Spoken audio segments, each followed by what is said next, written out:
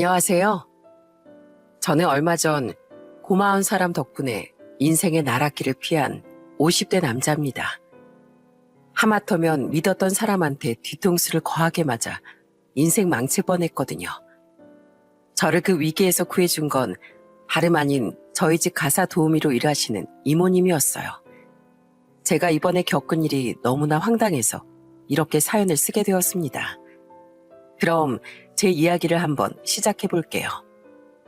저는 외아들로 태어나 학창 시절이 조금 외로웠어요. 친구들이 형제끼리 의지하며 지내는 모습을 볼 때면 너무 부럽더라고요. 하지만 저희 부모님께서 절 사랑으로 키워주셨기 때문에 어긋난 데 없이 잘 자랄 수 있었답니다. 저희 아버진 제가 대학생 때 돌아가셨는데 그때 어머니랑 부둥켜 안고서 얼마나 울었는지 모릅니다. 그때 전 앞으로 어머니와 둘이 의지하며 살기 위해 돈을 많이 벌어야겠다고 생각했어요. 그래서 저는 직장 생활을 몇 년 하다가 사업을 시작하게 되었어요. 그리고 사업을 시작한 지 얼마 안 됐을 때였습니다. 저는 초등학교 선생님으로 일하고 있는 아내를 만나 20대 후반에 결혼을 하게 되었습니다. 아내는 정말 다정하고 착한 사람이었어요. 하루는 주말에 아내랑 같이 시장에 간 적이 있었는데 제가 엄마 따라온 애들을 보고 흐뭇한 표정을 짓고 있으니까 아내가 이렇게 묻더라고요. 여보, 뭘 그렇게 흐뭇하게 웃어? 그러고 보니 지난번부터 애들만 보면 그런 표정을 짓던데 애들을 참 좋아하나 봐. 귀여우니까 그렇지. 사실 나 어릴 때부터 형제가 없어서 조금 쓸쓸할 때가 많았거든. 그래서 난 결혼하면 애를 꼭 많이 낳아야겠다고 생각했었어. 물론 당신이 동의해줘야겠지만. 그래? 그럼 내가 힘닿는 대로 한번 애써보지 뭐. 셋이든 넷이든 많이 낳아서 복적복적하게 키우면 너무 좋겠다. 당신도 알다시피 나도 애들을 좋아하잖아. 그런데 정말 꿈만 같게도 결혼하고 1년 만에 아내가 아들을 낳게 되었어요. 저는 아들을 처음 품에 안아봤을 때 세상을 다 가진 것처럼 너무 행복했답니다. 장모님은 저희 집에 오셔서 아내한테 미역국도 직접 끓여주셨어요. 그것만으로도 너무 감사했는데 저한테 보약 한 채까지 주시더라고요. 강서방, 이거 내가 자네 주려고 지어온 건데 매일매일 잘 챙겨 마시게. 물론 내 딸도 애 낳느라 고생했지만 자네도 옆에서 힘이 되어주느라 많이 애쓴 거 잘 알고 있네. 이제 자식도 태어났으니 가장으로서 어깨가 더 무겁지 않겠나. 이럴 때일수록 가장이 더 힘내야 되니까 까먹지 말고 잘 챙겨 마시게나. 저희 장인 장모님도 참 좋은 분들이셨어요. 덕분에 전 결혼 생활이 너무 행복했답니다. 그리고 몇 년이 지나 저는 아들 하나 딸 하나를 더 얻고 그렇게 원하던 북적북적한 집안이 되었답니다. 저희 아내는 애들한테 정말 잘하는 1등 엄마였어요. 가끔씩은 아내가 애들이랑 만두를 만들어 먹기도 했답니다.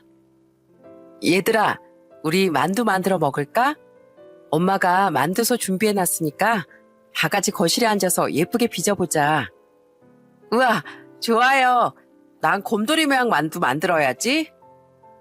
그럼 난 멋있는 자동차 모양 만두 만들 거야.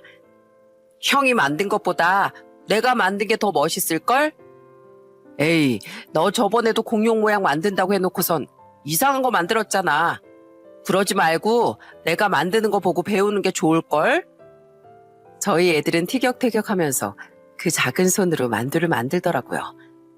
막내딸은 아직 어려서 옆에서 밀가루 반죽을 가지고 놀았어요. 저도 어릴 때 저렇게 형제끼리 투닥거리면서 지내고 싶었는데 저희 애들이 그렇게 지내는 모습을 보니까 너무 행복하더라고요. 아내는 저희 어머니한테도 정말 잘했어요. 주말마다 애들을 데리고 가서 어머니 혼자 하기 힘든 대청소도 해드리고 이불 빨래도 도와드리며 지극정성을 다하더라고요. 그렇게 엄마 역할과 며느리 역할을 둘 다 잘하는 아내 덕분에 제 사업도 점점 잘 되어갔습니다. 하지만 사업이 암만 잘 되면 뭐하나요? 처음에 버는 돈이 점점 많아져 기분이 너무 좋았는데 집안에 우환이 생기니 다 소용없다는 생각이 들더군요. 저희 큰아들이 11살일 때 아내가 그만 암에 걸리고 말았거든요. 투병 생활을 시작했지만 아내의 상태는 좀처럼 나아지지 않았습니다. 교회를 다니시는 저희 장인 장모님께서는 시골에서 올라오셔서 아내를 위해 기도를 많이 해주셨어요. 하나님 아버지, 부디 저희 딸 쾌차에서 건강하게 살 수 있도록 해주십시오. 결혼해서 자식을 셋이나 낳고 어진 마음으로 가정에 충실을 다하던 착한 아이입니다. 그러니 제발 도와주십시오. 제가 이렇게 부탁드립니다. 장인 장모님의 끝없는 기도에도 아내의 상태는 점점 더 나빠지기만 했습니다. 이제는 더 이상 가망이 없다는 걸 저도 인정할 수밖에 없는 상황까지 가버리고 말았어요. 그런데 어느 날 제 아내가 제 손을 붙잡고선 힘겹게 입을 때 이렇게 말을 하더라고요. 여보, 나 살고 싶어. 나 우리 애들 놔두고 도저히 못 가겠어. 아파도 좋으니까 우리 애들 다 클 때까지만이라도 살고 싶은데 아무래도 그건 안 되겠지? 이제 나한테 마지막에 얼마 안 남은 거겠지?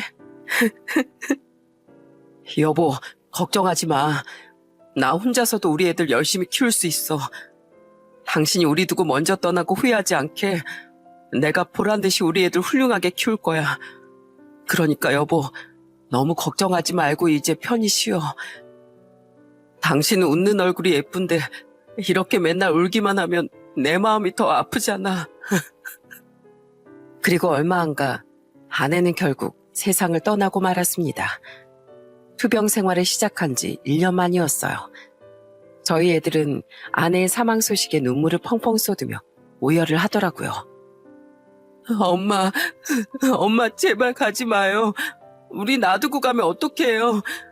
앞으로 엄마랑 하고 싶은 게 많단 말이에요. 저는 그 모습을 보면서 가슴이 찢어지는 줄 알았어요. 저희 큰애가 겨우 12살이고 둘째랑 막내도 아직 나이가 어린데 너무 큰 상처가 된 것 같아 마음이 아프더라고요. 저 역시도 아내가 떠난 후 더 이상 세상을 살기 싫을 정도로 큰 상실감에 빠졌습니다. 하지만 자식을 셋이나 둔 아빠로서 주저앉을 순 없었어요. 그래서 아내의 빈자리까지 채우기 위해 정말 노력했습니다. 애들이 엄마가 보고 싶다며 올 때마다 안아서 달래주고 일이 바빠도 집에 와서 애들이랑 말 한마디라도 더 해주려고 노력했어요. 저희 애들한테 의지할 건 저밖에 없었으니까요. 한동안은 장인 장모님도 가끔씩 찾아뵙고 했는데 아내가 떠난 지 6개월쯤 됐을 때 저희 장모님이 저한테 이러시더라고요. 자네, 앞으로는 더 이상 우리 찾아오지 말게. 자네도 나이가 젊은데 언제까지 우리 신경 쓰면서 살 수는 없지 않은가. 자네가 우리랑 우리 딸을 얼마나 생각하는진 충분히 잘 알고 있으니까 이젠 애들 잘 키우면서 자네 인생을 살겠나. 우린 자네 그 마음만 받은 걸로도 충분하네. 저는 그날 장인 장모님 앞에서 세상이 떠나가라 울고 말았어요. 앞으로 오지 말라고 말씀하시니까 왠지 모르게 너무 슬프더라고요. 그래도 전 자주 찾아뵙겠다고 했는데 장모님께서 그냥 가끔씩 손주들만 보여주고 저보곤 편하게 살라고 하시더군요. 결국 그날 저는 장인 장모님께 그동안 감사했다고 큰절을 올리고 그 집을 빠져나왔습니다. 그 이후 저는 아내 없이 혼자 가정을 돌보려고 많이 노력을 했는데 생각보다 쉽지 않더라고요. 회사 일도 해야 되는 데다 애가 셋이나 되다 보니 집안일 할 것도 많아 몸이 나만하질 않았어요. 빨래는 자꾸만 쌓여가고 저희 애들도 꼬질꼬질해져 가는 것만 같았죠. 저는 그때 아내의 역할이 이렇게 큰 거였구나. 가정을 위해 헌신하는 어머니들이 정말 대단하신 거구나라는 걸 다시 한번 느끼게 되었답니다. 그런데 집안을 챙기는 것도 힘들었지만 저희 큰아들이 사춘기에 들어가면서 반항을 시작하는 바람에 더욱 힘들더라고요. 저희 큰아들은 제가 말만 시키면 툴툴거리기 일쑤였어요. 경찬아, 반찬을 골고루 먹어야지. 한창 키가 클 나이인데 그렇게 편식하면 못 써. 아빠가 무슨 상관인데요. 내가 먹고 싶은 대로 먹는 거지. 진짜 짜증나. 저희 큰아들은 툭하면 방문을 쾅쾅 닫고 들어가고 저한테 짜증만 내더라고요. 게다가 퇴근을 조금이라도 늦게 하면 아빠가 이렇게 바빠서 엄마를 못 챙기니까 우리 엄마가 일찍 돌아가신 거라며 저를 원망하기도 했어요. 저는 자식을 혼자 키운다는 게 생각보다 정말 힘들다는 걸 뼈저리게 느꼈습니다. 그래서 저는 집안일이라도 해결되면 애들한테 조금 더 신경을 써줄 수 있을 것 같다는 마음에 가사 도우미를 부르게 되었어요. 그리고 그때부터 애들하고 주말마다 놀러 다니고 대화도 더 많이 했답니다. 얘들아, 우리 이번 주말엔 동물원 갈까? 가서 코끼리도 보고 사자도 보자. 병찬이 너도 갈 거지? 네가 아빠 다음으로 대장이니까 가서 동생들 길 잃어버리지 않게 손 꼭 잡아줘야지. 내 나이에 유치하게 동물원이 뭐예요? 그런 건 애들이나 가는 건데. 큰아들은 툴툴거리면서도 내심 좋은지 매번 따라 나서더라고요. 그런데 그런 생활이 어느 정도 반복이 되니까 큰아들의 마음도 조금씩 열리기 시작했던 것 같아요. 하루는 제가 너무 과로한 탓에 알아 누운 적이 있었는데 부엌에서 덜그럭거리는 소리가 나더니 큰아들이 쭈뼛거리며 제 방에 들어온 거예요. 아들이 가져온 쟁반을 보니 뜨끈뜨끈 김이 나는 죽 한 그릇이 놓여 있더라고요. 아빠, 이거 제가 끓인 죽인데 한번 드셔보세요. 저 사실 아빠가 그동안 우리를 위해 얼마나 고생하고 노력하시는지 잘 알고 있었어요. 그런데 엄마가 돌아가신 것도 너무 슬프고 사춘기라 그런지 이유 없이 막 짜증도 나고 그래서 아빠한테 좀 심하게 했던 것 같아요. 그런데 아빠가 이렇게 아파서 누워 계시니까 제 마음이 더 아픈 것 같아요. 아빠, 저 이제부터 아빠 말 잘 듣고 착한 아들 될게요. 그러니까 여태까지 제가 못되게 군 거 용서해 주세요. 네? 아들은 눈물까지 보이며 그렇게 말하더군요. 저는 그런 아들이 너무 고마워 아들을 꼭 껴안고 다독여 주었답니다. 그 후 저희 큰아들도 180도 달라져 저한테 엄청 잘하더라고요. 퇴근하고 집에 오면 제 어깨도 주물러주고 동생들도 잘 챙기면서 맞이 역할을 톡톡히 했죠. 그런데 얼마 후에 처음에 일하던 가사 도우미가 일이 있다며 그만두게 되었어요. 새로 두 번째 가사 도우미를 구했는데 또 사정이 생겼다면서 1년도 안 돼서 그만두는 거예요. 그래서 어쩔 수 없이 구한 세 번째 가사 도우미가 제 운명을 뒤바꿀 사람이 되었답니다. 세 번째 가사 도우미 분은 음식도 잘하고 성격도 서글서글했어요. 하루는 제가 전날 술을 잔뜩 먹고 돌아온 적이 있었는데 아침에 일어났더니 콩나물국을 끓여주신 거예요. 아이고, 이모님, 저 해장하라고 콩나물국까지 끓여주신 거예요? 저희 애들만 챙겨주시는 것도 감사한데 어쩜 이렇게 마음씨가 고우세요? 아유, 사업하시는 분이 숙취 때문에 해롱해롱한 상태로 출근하면 되겠어요? 식사 다 하시면 꿀물도 다 타드릴 테니까 따뜻하게 한 잔 드시고 가세요. 속이 편해야 일도 더 잘 되죠. 당시 저희 애들 등교 준비 때문에 가사 도우미 이모님이 출근을 일찍 하셨는데 고맙게도 저까지 챙겨주시더라고요. 그 전에 일하셨던 분들도 다 괜찮았지만 이번 이모님은 유독 좋은 분인 것 같았어요. 게다가 이모님은 저희 애들도 엄청 잘 챙겨주셨어요. 호떡이나 떡볶이 같이 애들이 먹고 싶어하는 간식도 자주 해주시고 저희 애들이 말을 걸면 매번 상냥하게 대답을 해주시더라고요. 그런데 하루는 퇴근하고 나서 깜짝 놀란 적이 있었어요. 이모님이 거실에서 저희 애들이랑 만두를 만들고 있는 거예요. 이모님, 지금 뭐 하시는 거예요? 갑자기 왜 만두예요? 아, 애들이 같이 만두를 만들자고 졸라서요. 그런데 애들이 조그만 손으로 얼마나 야무지게 만드는지 몰라요. 그런데 그때 저희 둘째 아들이 저한테 이러더군요. 아빠, 저 이제 만두 잘 만들죠? 예전에 엄마랑 만들 땐 나이가 너무 어려서 못 만들었는데 이젠 나도 형만큼 잘 만든다고요. 이모도 저한테 예쁘게 잘 만든다고 막 칭찬해 주셨어요. 저는 그걸 보고 순간 아내가 떠오르더라고요. 예전에 저희 애들이 아내랑 같이 만두를 빚으며 즐거워했었는데 그걸 대신해 줄 수 있는 사람이 생겨서 너무 고마웠어요. 저희 애들도 이모님이 하도 잘해주시니까 이모 이모하고 부르며 이모님을 참 많이 따랐답니다. 그런데 하도 저희 애들이 이모님을 많이 따르다 보니 제가 없을 때 저희 애들이 어떻게 하는지 궁금하더라고요. 그래서 하루는 이모님한테 이렇게 물어본 적이 있었어요. 이모님, 요즘에 우리 애들 말 잘 들어요? 혹시 저 없을 때 이모님한테 버릇 없게 하거나 말썽 부리는 건 아니죠? 에이, 말썽을 부리긴요. 사장님 자식들처럼 그렇게 착한 애들도 없어요. 말 한마디를 해도 예쁘게 하고 남매끼리 얼마나 우애가 돈독한데요. 저희 애들도 이렇게 웃음꽃이 피는 화목한 집안에서 자랐으면 참 좋았을 텐데. 이모님은 그렇게 말하며 말끝을 흐리더군요. 그래서 저는 잠시 고민하다가 이렇게 물어봤습니다. 그러고 보니 이모님께서 저희 집에서 일하신 지 2년이나 됐는데 제가 이모님에 대해서 아는 게 별로 없는 것 같네요. 남편분이 안 계시다는 건 알고 있었는데 집안 분위기가 별로 안 좋다고 하시는 걸 보니 혹시 사별하신 건가요? 그러자 이모님은 잠시 머뭇거리더니 그동안 안 하던 본인의 이야기를 시작하시더군요. 그게 사실 사별이 아니라 전 남편이 바람 피워서 이혼한 거예요. 그것도 다른 사람도 아닌 제 친구랑 그 짓거리를 했더라고요. 저도 예전엔 식당 운영하는 사장님이었는데 전 남편이 하도 사고를 치고 다녀서 그 식당도 다 말아먹어버렸어요. 그런데 그 와중에 바람까지 피웠으니 아주 미치고 한장하겠더라고요. 결국에 이혼하고 저 혼자 아이들 키우면서 힘들게 살았는데 애들도 환경이 안 좋으니까 방황을 좀 하더라고요. 그래서 어떻게든 애들 잘 키워보고 싶어서 일을 알아보다가 소개받아서 가사도우미 일을 하게 된 거예요.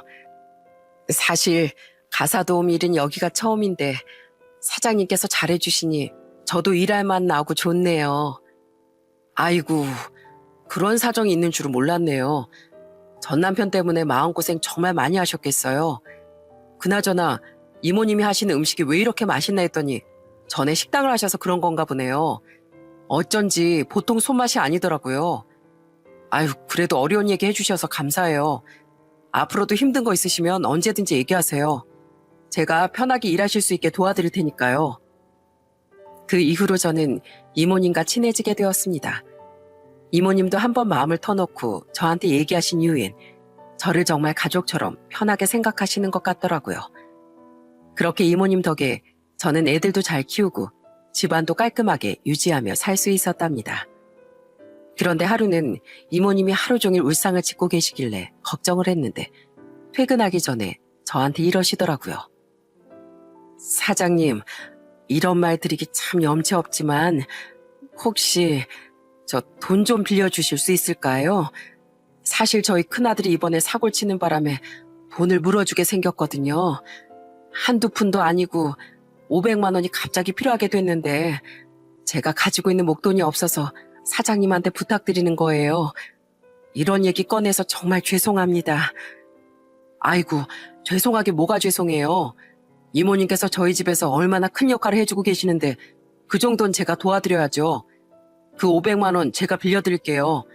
천천히 갚으셔도 되니까 필요한 데 쓰세요. 사장님, 고맙습니다. 정말 고맙습니다. 이모님은 제가 빌려드린 돈으로 급한 불을 끄고 그 이후에 월급에서 매달 50만 원씩 까면서 제 돈을 다 갚았어요. 그 이후에 이모님은 저희 애들한테 너희 아빠가 참 훌륭하신 분이라며 제 칭찬을 많이 하시더라고요. 제가 바랬던 것 이상으로 저희 집에서 잘해주셔서 고마운 마음에 빌려드린 건데 오히려 제 칭찬을 하시니까 조금 민망하기도 하더군요. 그런데 이모님이 저희 집에서 일하신 지 4년 정도 됐을 때 이모님 아버님이 병으로 돌아가시게 되었어요. 저는 이모님을 가족처럼 생각했기 때문에 경상도까지 직접 찾아가 조문을 했답니다. 그러자 이모님은 멀리까지 와주셔서 감사하다며 몇 번이나 저한테 인사를 하더라고요. 저는 저로 인해 조금이나마 이모님이 위안이 되었으면 좋겠다는 생각을 하며 다시 집으로 돌아왔습니다. 그 이후에도 이모님이 잘해주신 덕분에 저희 집은 항상 화목했어요. 어느새 저희 큰아들도 20살이 되어 대학에 들어가게 되었죠. 그런데 어느 날 저희 어머니가 저한테 전화하셔서 이렇게 말씀하시는 거예요. 인수야, 이제 애들도 다 컸는데 이제 너도 네 짝을 다시 찾아보는 게 좋지 않겠니? 이제 네 사업도 잘 되고 벌 만큼 충분히 번다고는 하지만 그래도 남잔 여자가 있고 없고가 다른 거야. 네? 저보고 재혼을 하라는 말씀이세요? 재혼 같은 건 생각도 안 해봤는데 저 그렇게 외롭지 않아요. 지금은 괜찮을지 몰라도 한 해 한 해 나이 먹어갈수록 달라지게 될 거야. 더 늦지 않게 지금이라도 괜찮은 사람 찾아보려무나. 그렇게 어머니와 통화를 마쳤는데 갑자기 저희 큰아들이 와서 저한테 이러더라고요. 아빠, 저 방금 아빠가 할머니랑 통화한 거 다 들었어요. 할머니가 아빠 보고 좋은 여자 만나서 재혼하러 가신 거죠? 저는요, 아빠가 재혼하는 거 완전 찬성이에요. 엄마 돌아가신 다음 8년 동안 아빠 혼자서 엄청 고생하셨잖아요. 여태까지 아빠가 저희만 바라보고 사셨으니까 이젠 좋은 분 만나서 아빠 인생도 찾으세요. 동생들은 제가 돌보면 되니까 걱정하지 마시고요. 어느새 훌쩍 커버린 아들이 그렇게 말해주니 너무 고맙더라고요. 게다가 둘째랑 막내도 큰애한테 들었는지 저한테 와서 새엄마를 갖고 싶다고 얘기를 하더군요. 그래서 저는 한동안 고민을 하다가 결국 결혼정보회사에 등록을 하게 되었습니다. 그런데 이 나이에 좋은 짝을 찾는다는 게 쉬운 일이 아니더군요. 처음 매칭된 여자를 만났는데 다짜고짜 저한테 이러는 거예요. 회사 대표시라고요? 그럼 돈 잘 버시겠네요. 혹시 결혼하고 나면 저한테 뭐 해주실 거예요? 꽤 잘 나가시는 것 같은데 아파트 한 채 정도는 해주실 수 있죠? 보자마자 돈 얘기부터 꺼내는 모습에 이 여자는 아니라는 생각이 들더군요. 그래서 두 번째 여자를 만났는데 이번에도 영 아니었습니다. 돈 잘 버는 건 좋은데 애셋은 너무 많은 거 아니에요? 저 결혼하면 시댁이랑 막내도 안 할 거고 손에 물 한 방울 안 묻히고 싶거든요. 그리고 남의 아이 키우고 싶지도 않으니까 애들은 할머니 보고 키우라고 하세요. 재혼을 하고 싶으면 혹덩어리는 떼고 와야 될 거 아니에요? 어떻게 된 게 제대로 된 여자가 하나도 안 보이더군요. 그렇게 7명을 만났지만 전부 다 돈만 바라거나 개념이 없는 여자들 뿐이었습니다. 그러다가 8번째 만난 게 지금의 제 아내였어요. 작은 미용실을 운영하는 여자였는데 처음 만났을 때부터 다른 사람들과는 다르게 저한테 아무 조건도 물어보지 않더라고요. 저기 혹시 제 재산은 왜 안 물어보세요? 그리고 제가 결혼하면 뭘 해줄 수 있는지도 안 궁금하세요? 다른 분들은 다 그런 거 물어보시던데. 네? 그런 게 왜 궁금해요? 저도 돈을 버는데 굳이 남자 재산 따질 필요 있나요? 이 나이에 서로 마음이 맞아서 의지할 수 있는 사람이 생기면 그걸로 된 거죠. 아내는 자식이 없는 이혼녀였는데 마음씨가 너무 따뜻하더라고요. 그래서 저는 아내와 정식으로 만나기 시작했습니다. 아내는 사소한 거 하나까지 저를 챙기는 사람이었어요. 오빠, 머리가 이게 뭐야? 나이가 50살밖에 안 됐으면서 벌써 흰머리야? 이러지 말고 염색이나 하게 나랑 같이 우리 미용실 가자. 회사 대표면 젊게 꾸미고 다니고 스타일이 좋아야지. 안 그래? 아내는 저를 데리고 본인이 운영하는 미용실에 가서 요즘 젊은 남자들이 많이 하는 머리 스타일로 바꿔주고 흰머리도 자연스럽게 염색해 주었어요. 완성된 머리를 보고선 저도 모르게 어깨가 으쓱하더라고요. 게다가 한 번은 아내와 길을 걷던 중 붕어빵 장사가 있는 걸 봤는데 아내가 쪼르르 달려가더니 이렇게 얘기하는 거예요. 오빠, 오빠네 애들 붕어빵 좋아해? 나 애들 얼굴도 보고 싶은데 붕어빵 사가서 인사하면 안 될까? 뭐? 우리 애들이랑 인사를 하겠다고? 그럼 그러지 뭐. 안 그래도 우리 애들이 당신 궁금하다고 하고 있었어. 우와, 정말이야? 당신 닮은 애들 얼마나 예쁠지 너무 궁금해. 사장님, 붕어빵 방금 만든 걸로 많이 많이 담아주세요. 손 호호 불어가면서 먹을 수 있게 아주 따끈한 걸로요. 그렇게 그날 붕어빵을 사들고 아내와 함께 집으로 갔습니다. 아내는 저희 애들을 보자마자 활짝 웃으며 이렇게 얘기하더라고요. 어머, 네가 첫째 병찬이고 네가 둘째 희찬이니? 역시나 듣던 대로 둘 다 듬직하네. 아빠를 닮아서 그런가 보다. 그리고 여기 있는 예쁜 숙녀는 막내 희수, 맞지? 얼굴도 뽀얗고 여리여리한 게 완전 공주님이 따로 없네. 오빠, 이렇게 예쁘고 멋있는 자식들이 셋이나 있어서 너무 좋겠다. 나한테 진작에 소개시켜주지. 왜 이제서야 소개시켜줬어? 다행히 저희 애들도 아내를 마음에 들어해서 저는 결국 재혼을 하게 되었답니다. 아내와 재혼하고 나서 저희 집은 분위기가 예전보다도 더 밝아지고 행복했어요. 아내는 저희 어머니한테도 무척이나 잘하더라고요. 어머님, 그동안 자식이 이 사람 혼자라서 심심하셨죠? 이제부터 저를 딸이라고 생각하세요. 제가 이렇게 주말마다 자주 찾아와서 어머님한테 말벗이 되어드릴게요. 원래 같은 여자끼리 말이 더 잘 통하는 거잖아요. 게다가 아내는 저희 애들한테도 친엄마처럼 잘하더군요. 저희 애들 옷차림 하나까지 신경 쓰면서 걱정을 많이 했어요. 병찬아, 옷을 따뜻하게 입고 다녀야지. 대학생이라 멋부리는 건 이해하는데 그래도 건강이 더 중요한 거야. 이 추운 날씨에 감기라도 걸리면 어떡해. 게다가 남자밖에 없던 집에 유일한 여자였던 저희 막내딸한테도 친근하게 대해주더군요. 희수야, 오늘 학교에서 별일 없었어? 엄만 학교 다닌 지 오래돼서 요즘 애들은 학교에서 뭐 하면서 지내는지 너무 궁금해. 사소한 얘기라도 좋으니까 엄마한테 다 얘기해줘봐. 심지어 저희 애들 생일 땐 직접 미역국까지 끓이겠다고 하더군요. 이모님, 오늘 미역국은 제가 끓일게요. 희찬인 제 아들이니까 엄마인 제가 끓여줘야죠. 아이고, 그럼 그러시겠어요? 우리 희찬이 진짜 좋겠네. 이렇게 잘 챙겨주는 엄마가 생겨서 너무 좋겠어. 저는 그렇게 저희 가족에게 잘해주는 아내에게 너무 고마웠어요. 그런데 아내는 어느 날부터 자꾸 저한테 아이를 갖자고 얘기를 하더라고요. 늦은 나이였지만 아내가 너무 바라는 것 같길래 노력을 해봤는데 아이가 생기지 않았습니다.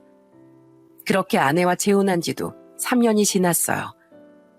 저는 저희 어머니와 애들을 잘 챙겨주는 아내에게 너무 고마워 선물을 하나 해주고 싶었습니다.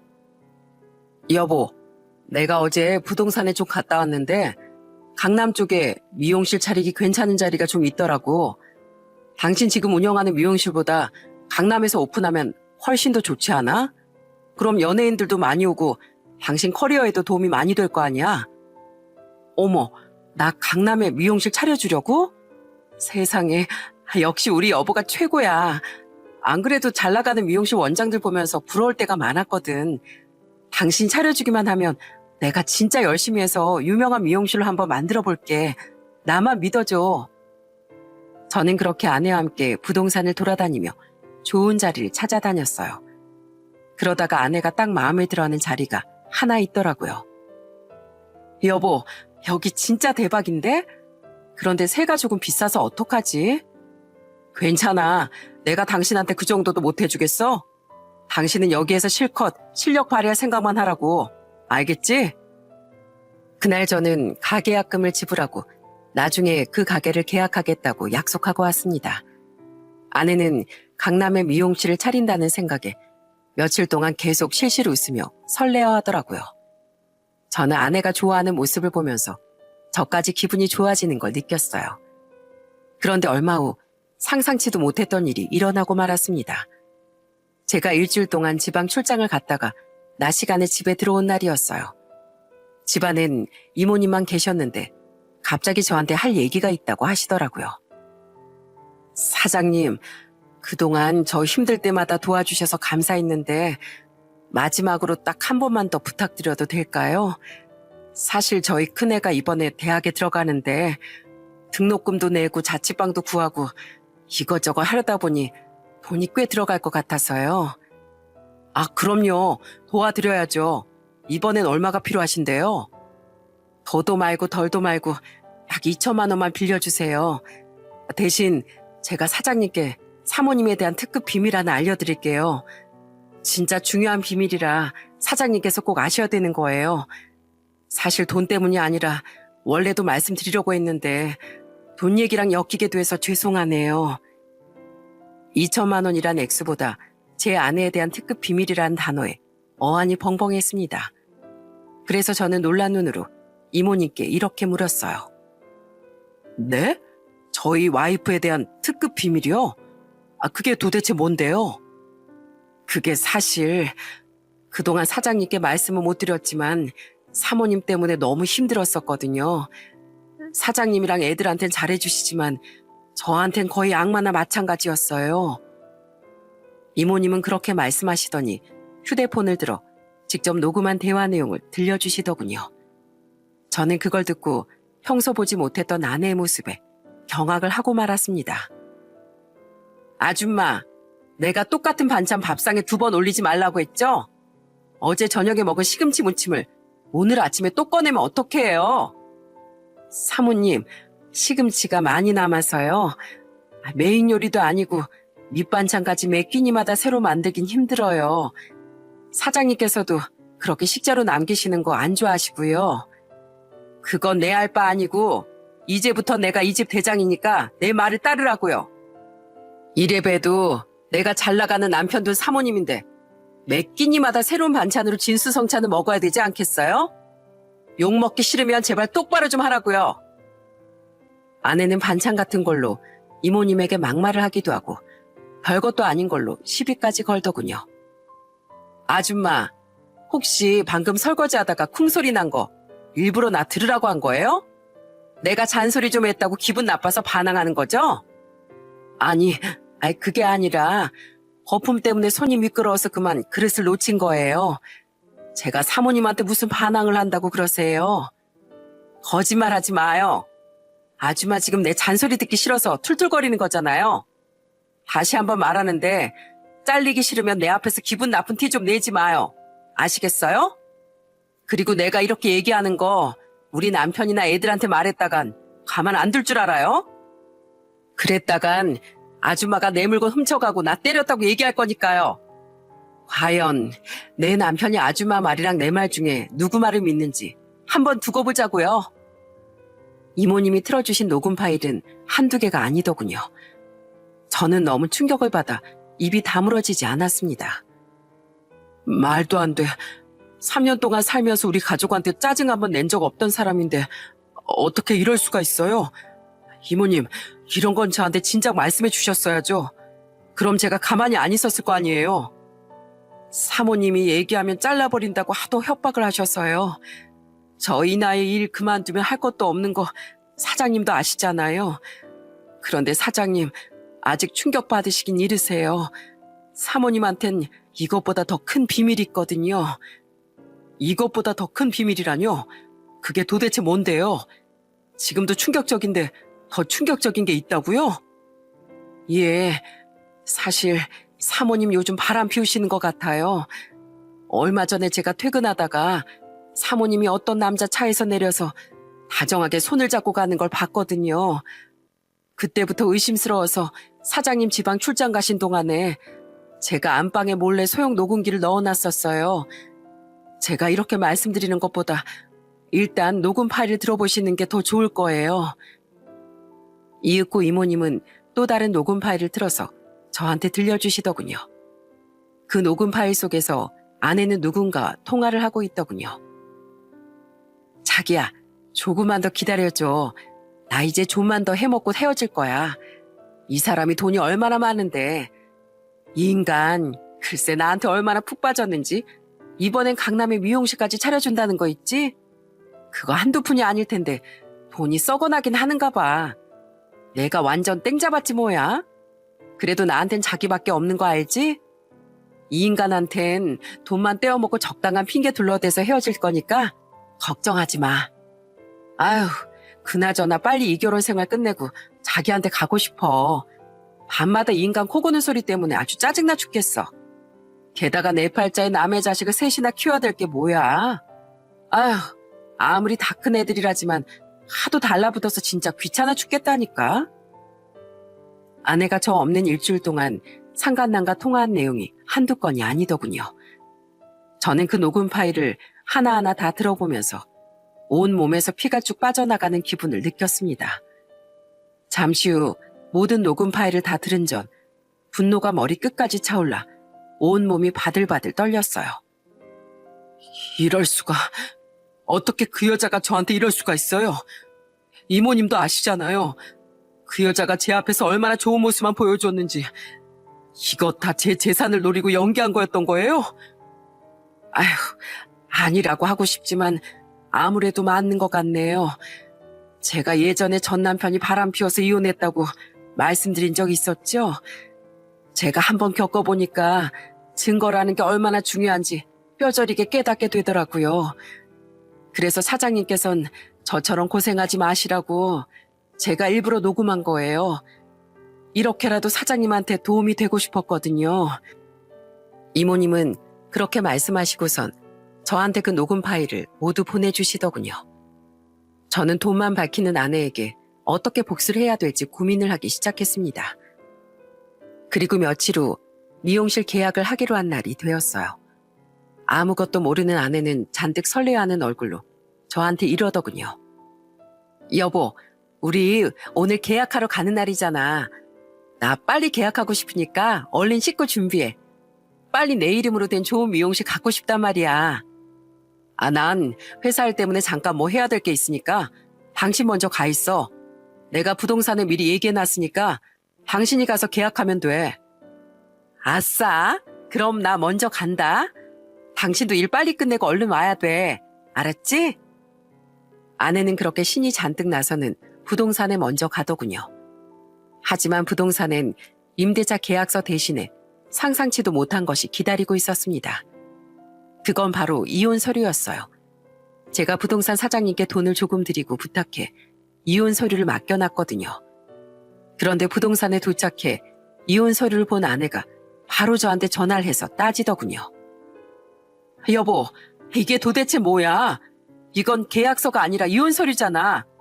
당신 지금 나랑 장난하는 거야? 장난은 무슨, 말 그대로 내가 당신한테 이혼 청구하는 거야. 내가 왜 그런진 당신이 제일 잘 알고 있을 텐데. 그게 무슨 소리야? 갑자기 이혼이라니? 당신도 나랑 이혼하길 원한 거 아니었어? 왜? 내 돈 잔뜩 뜯어먹고 이혼해야 되는데 아직 덜 뜯어내서 아쉽냐?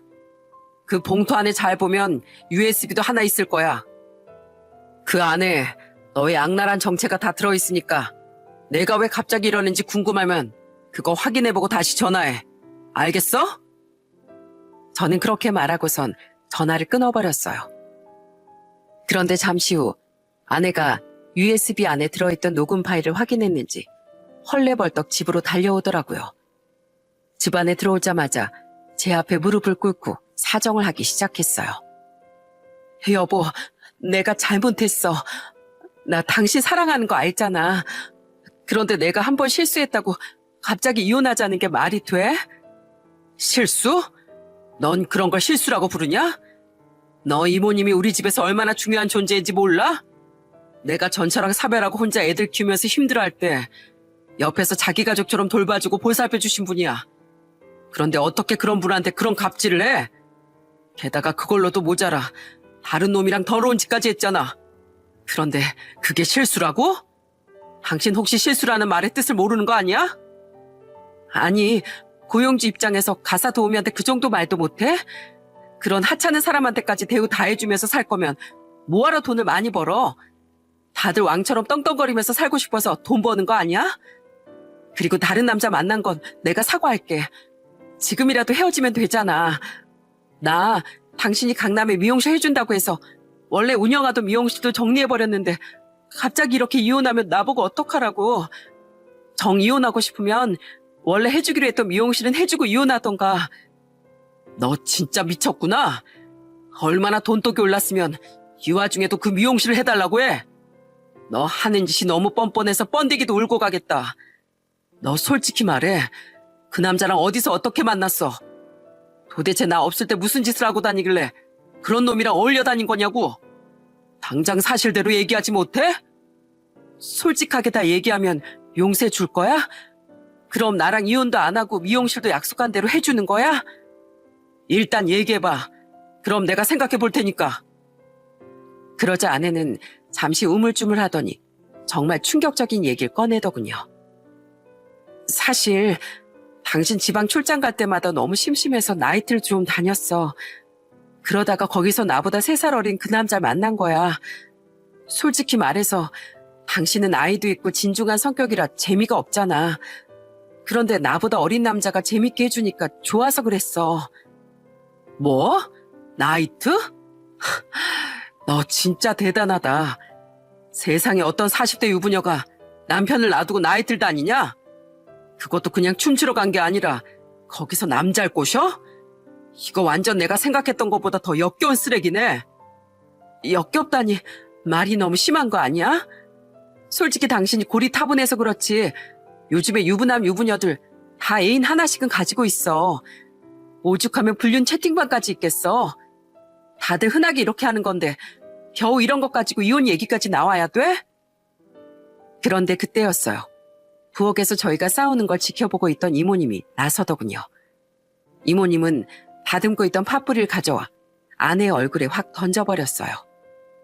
우와! 아줌마, 미쳤어요? 지금 우리끼리 진지한 얘기하고 있는 거 안 보여요? 아무리 무식해도 낄 때 안 낄 때 구분할 줄 알아야지. 내 남편이 오냐오냐 해주니까 내가 아주 만만하죠? 그래, 만만하다. 내 살다 너처럼 더러운 인간은 처음 봐. 그동안 내가 네 협박이 무서워서 사모님 하면서 굽신대던 그 시간들이 얼마나 억울했는 줄 알아? 그래도 난 네가 사장님이랑 애들한테 잘하니까 참아보려고 했어. 그런데 감히 네가 우리 사장님을 배신하고 외간 남자랑 놀아나? 네가 그러고도 사람이야? 어? 사람이냐고? 아줌마가 무슨 상관인데? 남의 집안일에 신경 쓰지 말고 꺼져. 남의 집안일? 야, 내가 너보다 훨씬 이 집에서 오래 지냈어.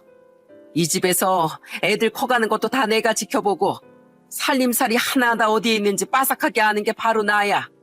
나한텐 가족이나 다름없는 사람들인데 니까짓게 내 가족을 배신하는 꼴을 내가 어떻게 두 눈 뜨고 봐.